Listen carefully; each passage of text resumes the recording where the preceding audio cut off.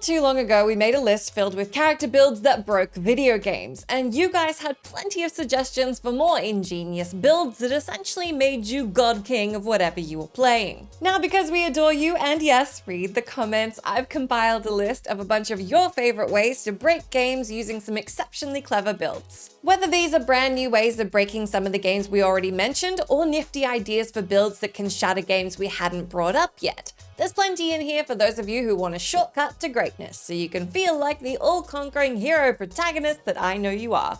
I'm Jess from WhatCulture, and here are 10 character builds that broke video games. Commenter edition.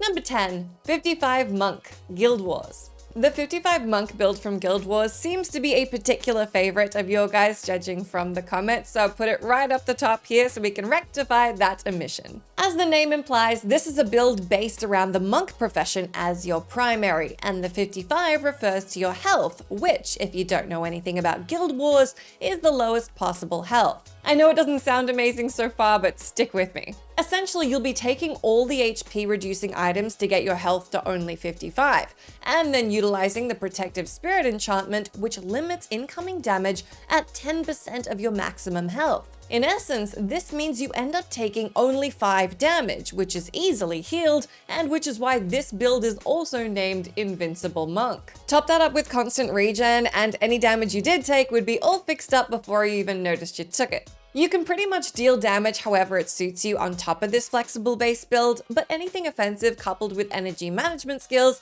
is gonna make you pretty darn unstoppable. Number 9, Knight Enchanter, Dragon Age Inquisition. The Knight Enchanter is the mage specialization in Dragon Age Inquisition, but most importantly for our purposes, it's a specialization that's gonna let you romp through Thedas without finding a worthy opponent. There are a bunch of OP builds in Inquisition, but this was your pick, so this is the one we're gonna focus on. It was also so very overpowered that BioWare ended up nerfing it, so you know it's gotta be good. Your combo of Barrier and Fade Step will make you pretty much impossible to hit, while Inferno Spells and Spirit Blade will have you blasting through dragons multiple levels above you like the basic grunts. Barrier lets you be a total tank, and as long as you're doing damage, it shouldn't drop. There's plenty of ways to approach this one, but the build is so strong, it's not particularly gear dependent. So if you wanted to be a weird naked hero, you could go right ahead and do that. Cycle between Flaming Array, Fade Cloak, and Energy Barrage, and nothing is getting close enough to scratch you anyway.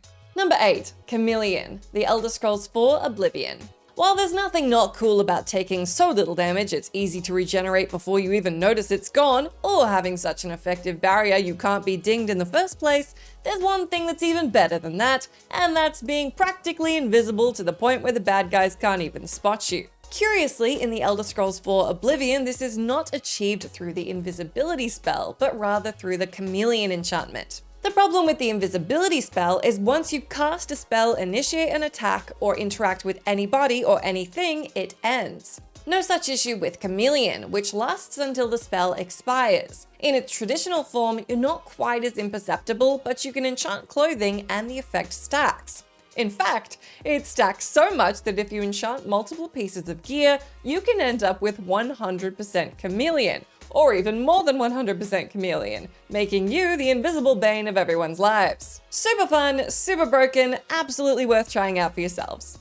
Number 7, Wholly Buffed Focus Bolt, Dragon's Dogma. 2012 action RPG Dragon's Dogma is another game that offers up loads of wiggle room to adapt the gameplay to your preferred playstyle by speccing into a variety of vocations which function as discrete classes. 2 of these classes, the Mage and Sorcerer, will eventually get access to the upgraded version of Magic Bolt called Focus Bolt. This skill casts differently depending on which element you're buffed with. While Fire and Ice are old staples, you're gonna want to opt for the variant that's buffed with Holy Archmagic, as this one is significantly more powerful than the other bolt options, and it homes in on the closest enemy, ignoring all obstacles on the way. If you need more convincing, it can also pass through a second enemy, and almost every single enemy in this game is weak to Holy, so you're basically decimating everything in sight. Well done you. Number 6, Barrelmancy, Divinity Original Sin 2. In our last list of broken character builds, we included the Lone Wolf Necromancer build from Divinity Original Sin 2, and plenty of you brought up there is a far more powerful, albeit less traditional build that's wildly exploitable in this 10 out of 10 RPG, and that's Barrelmancy. What on earth is barrelmancy, I hear you say? Well, essentially you'll be cheesing your way through the game using telekinesis and a bunch of interesting ornate chests. Simply spec into the skill in question, load up a gigantic ornate chest that has unlimited health with a bunch of heavy crap, and mentally chuck it in a bad guy's direction for a ridiculous amount of damage. The heavier the chest, the more damage it'll do to someone when you drop it on them, just like in real life. And that's kind of all there is to it.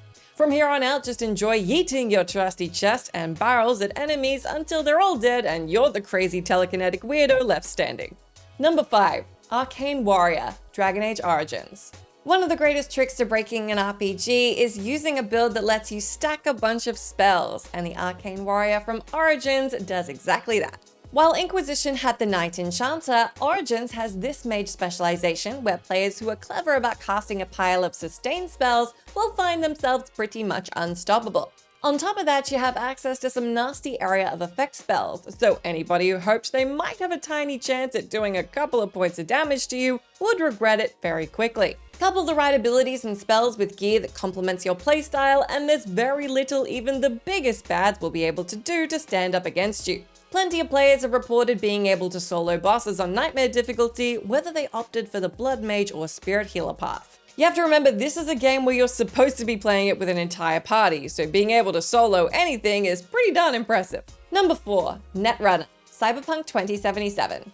In our last list, we offered up the Sandevistan Samurai as our pick for one of the most broken builds in Cyberpunk 2077. But a few of you guys were quick to point out that in the world of Night City, the most OP thing you can do is level an enemy stronghold from your car without even lifting a finger.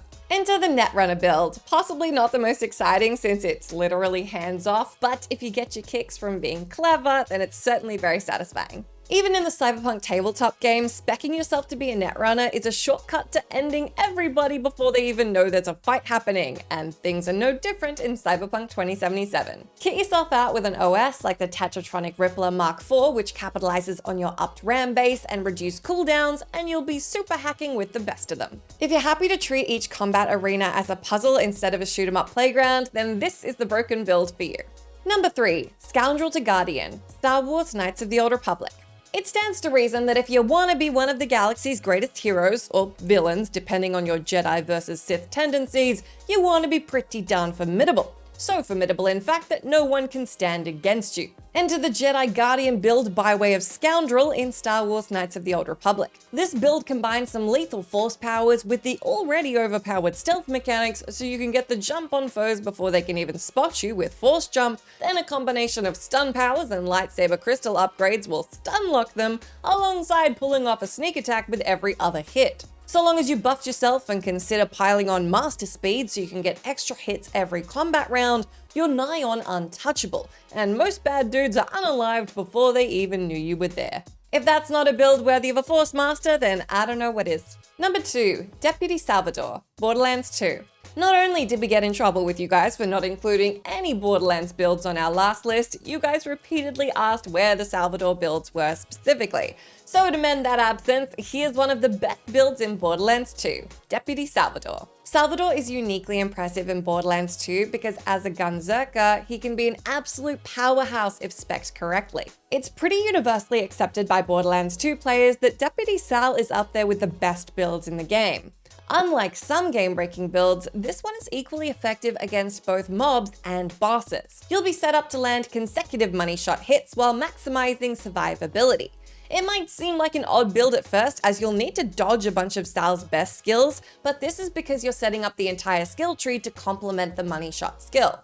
Pair this build with weapons like the Grog Nozzle or Orphan Maker and make sure you use the Deputy's Badge Relic and you'll be all set up to wreak some serious havoc. Number 1. GiantDad, Dark Souls. GiantDad wasn't mentioned a lot in the comments of our last list, but those of you who did mention it were very passionate about this build, so infamous it launched a meme. Also known as the Legend, this particular broken build was a real shortcut to losing friends in PvP. While Souls games are riddled with game-breaking builds, this particular one takes min-maxing to the extreme. Before it was nerfed to a shadow of its former self, the build was especially popular with griefers, as the game's PvP meta is soul level 125, and this build only required 99 levels to perfect, leaving you with 26 more points to play with. Once you pull it off, you'll have the best movement speed, quickest roll, and have enormous health and stamina. Equip the Chaos Zweihander and you'll stun-lock anybody in your wake, ensuring your victory and, like I said,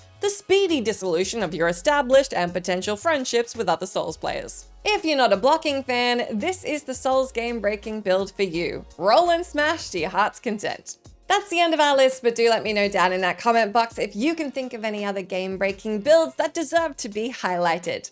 As always, I've been Jess from WhatCulture. Thank you so much for hanging out with me. If you like, you can come say hi to me on my Twitter account where I'm at Jess McDonald, but make sure you stay tuned to us here for plenty more great gaming lists.